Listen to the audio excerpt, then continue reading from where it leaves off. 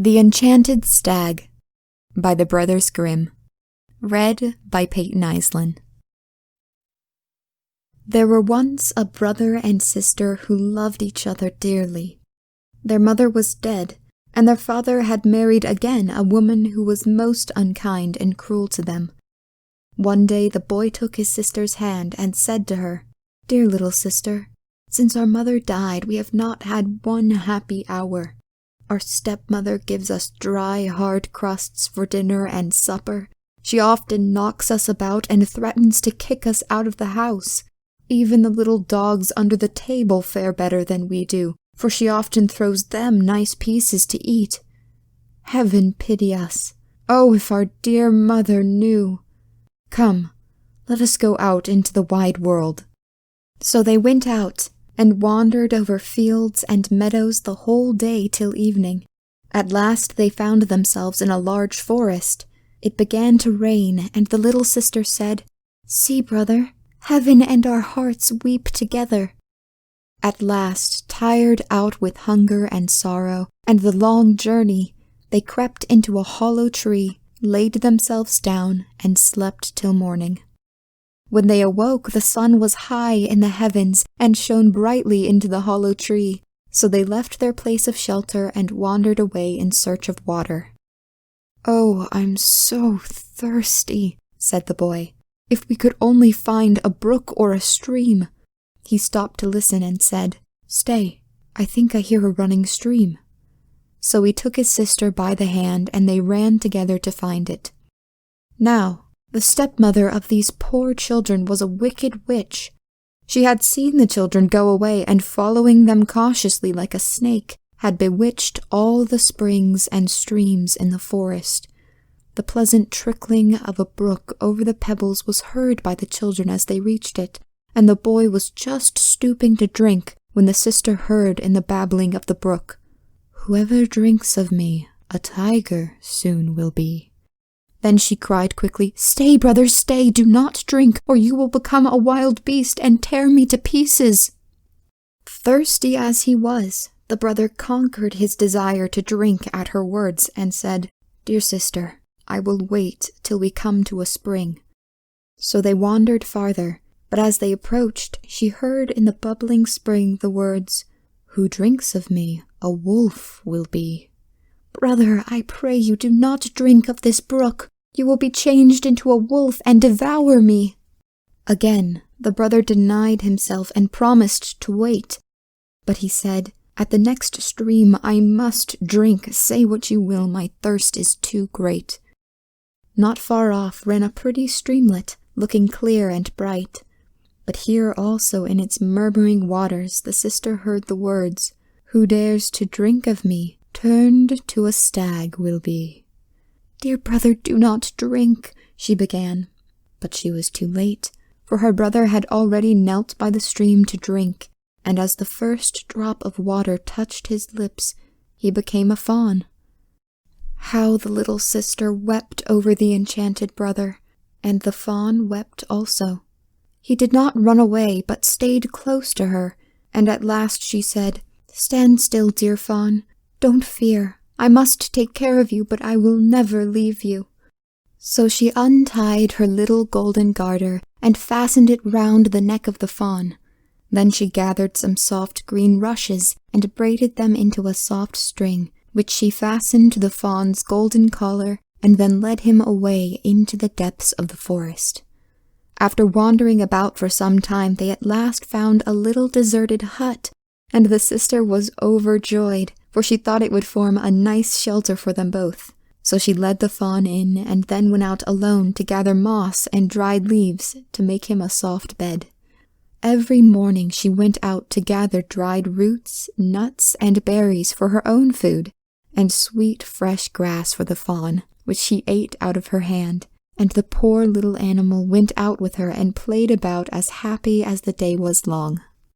When evening came, and the poor sister felt tired, she would kneel down and say her prayers, and then lay her delicate head on the fawn's back, which was a soft, warm pillow, on which she could sleep peacefully. Had this dear brother only kept his own proper form, how happy they would have been together! After they had been alone in the forest for some time, and the little sister had grown a lovely maiden, and the fawn a large stag, a numerous hunting party came to the forest, and amongst them the king of the country. The sounding horn, the barking of dogs, the halloo of the huntsmen resounded through the forest, and were heard by the stag, who became eager to join his companions. "Oh dear," he said, "do let me go and see the hunt. I cannot restrain myself." And he begged so hard that at last she reluctantly consented. "But remember," she said, "I must lock the cottage door against those huntsmen, so when you come back in the evening and knock, I shall not admit you unless you say, 'Dear little sister, let me in.'" He bounded off as she spoke, scarcely stopping to listen, for it was so delightful for him to breathe the fresh air and be free again. He had not run far when the king's chief hunter caught sight of the beautiful animal and started off in chase of him. But it was no easy matter to overtake such rapid footsteps. Once, when he thought he had him safe, the fawn sprang over the bushes and disappeared. As it was now nearly dark, he ran up to the little cottage, knocked at the door, and cried, "Dear little sister, let me in." And the door was instantly opened, and oh, how glad his sister was to see him safely resting on his soft, pleasant bed. A few days after this, the huntsmen were again in the forest, and when the fawn heard the halloo, he could not rest in peace, but begged his sister again to let him go. She opened the door and said, "I will let you go this time, but pray do not forget to say what I told you when you return this evening." The chief hunter very soon espied the beautiful fawn with the golden collar, pointed it out to the king, and they determined to hunt it. They chased him with all their skill till evening, but he was too light and nimble for them to catch, till a shot wounded him slightly in the foot, so that he was obliged to hide himself in the bushes, and after the huntsmen were gone, limp slowly home. One of them, however, determined to follow him at a distance and discover where he went. What was his surprise at seeing him go up to a door and knock, and to hear him say, "Dear little sister, let me in."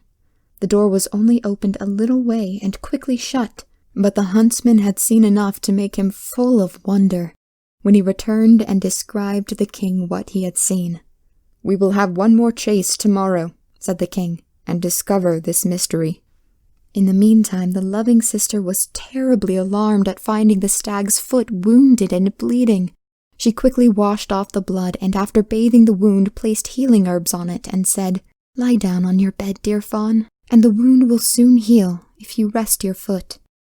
In the morning the wound was so much better that the fawn felt the foot almost as strong as ever, and so when he again heard the halloo of the hunters, he could not rest.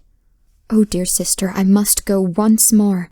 It will be easy for me to avoid the hunters now, and my foot feels quite well. They will not hunt me unless they see me running, and I don't mean to do that." But his sister wept and begged him not to go. "If they kill you, dear fawn, I shall be here alone in the forest, forsaken by the whole world. And I shall die of grief," he said, "if I remain here listening to the hunter's horn." So at length his sister, with a heavy heart, set him free, and he bounded away joyfully into the forest. As soon as the king caught sight of him, he said to the huntsman, "Follow that stag about, but don't hurt him." So they hunted him all day, but at the approach of sunset, the king said to the hunter who had followed the fawn the day before, "Come, and show me the little cottage."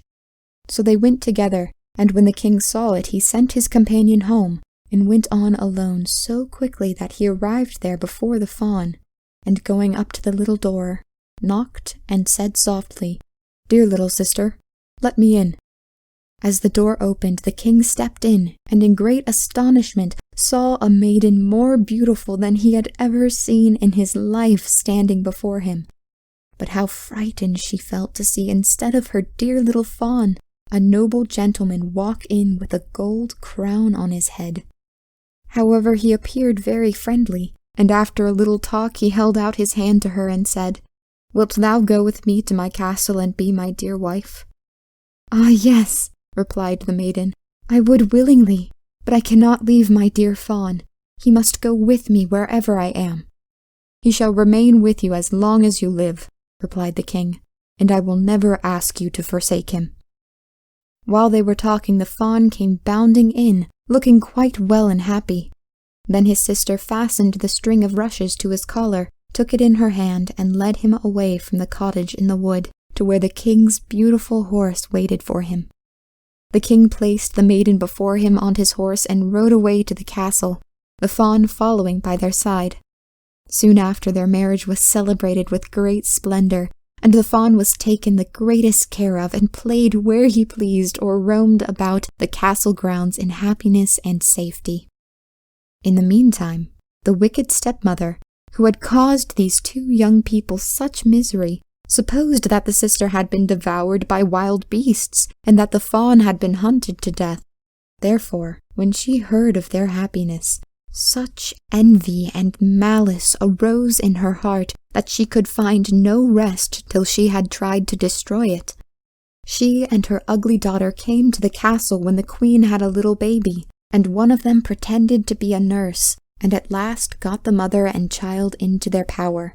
They shut the queen up in the bath and tried to suffocate her, and the old woman put her own ugly daughter in the queen's bed that the king might not know she was away. She would not, however, let him speak to her, but pretended that she must be kept quite quiet. The queen escaped from the bathroom where the wicked old woman had locked her up, but she did not go far, as she wanted to watch over her child and the little fawn. For 2 nights the baby's nurse saw a figure of the queen come into the room and take up her baby and nurse it. Then she told the king, and he determined to watch himself. The old stepmother, who acted as a nurse to her ugly daughter, whom she tried to make the king believe was his wife, had said that the queen was too weak to see him and never left her room. "There cannot be 2 queens," said the king to himself, "so tonight I will watch in the nursery." As soon as the figure came in and took up her baby, he saw it was his real wife, and caught her in his arms, saying, "You are my own beloved wife, as beautiful as ever." The wicked witch had thrown her into a trance, hoping she would die and that the king would then marry her daughter. But on the king speaking to her, the spell was broken.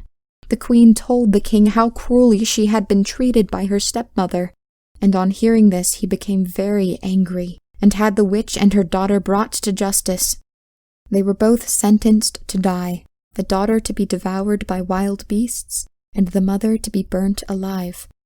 No sooner, however, was she reduced to ashes than the charm which held the queen's brother in the form of a stag was broken. He recovered his own natural shape and appeared before them a tall, handsome young man. After this, the brother and sister lived happily and peacefully for the rest of their lives. The end.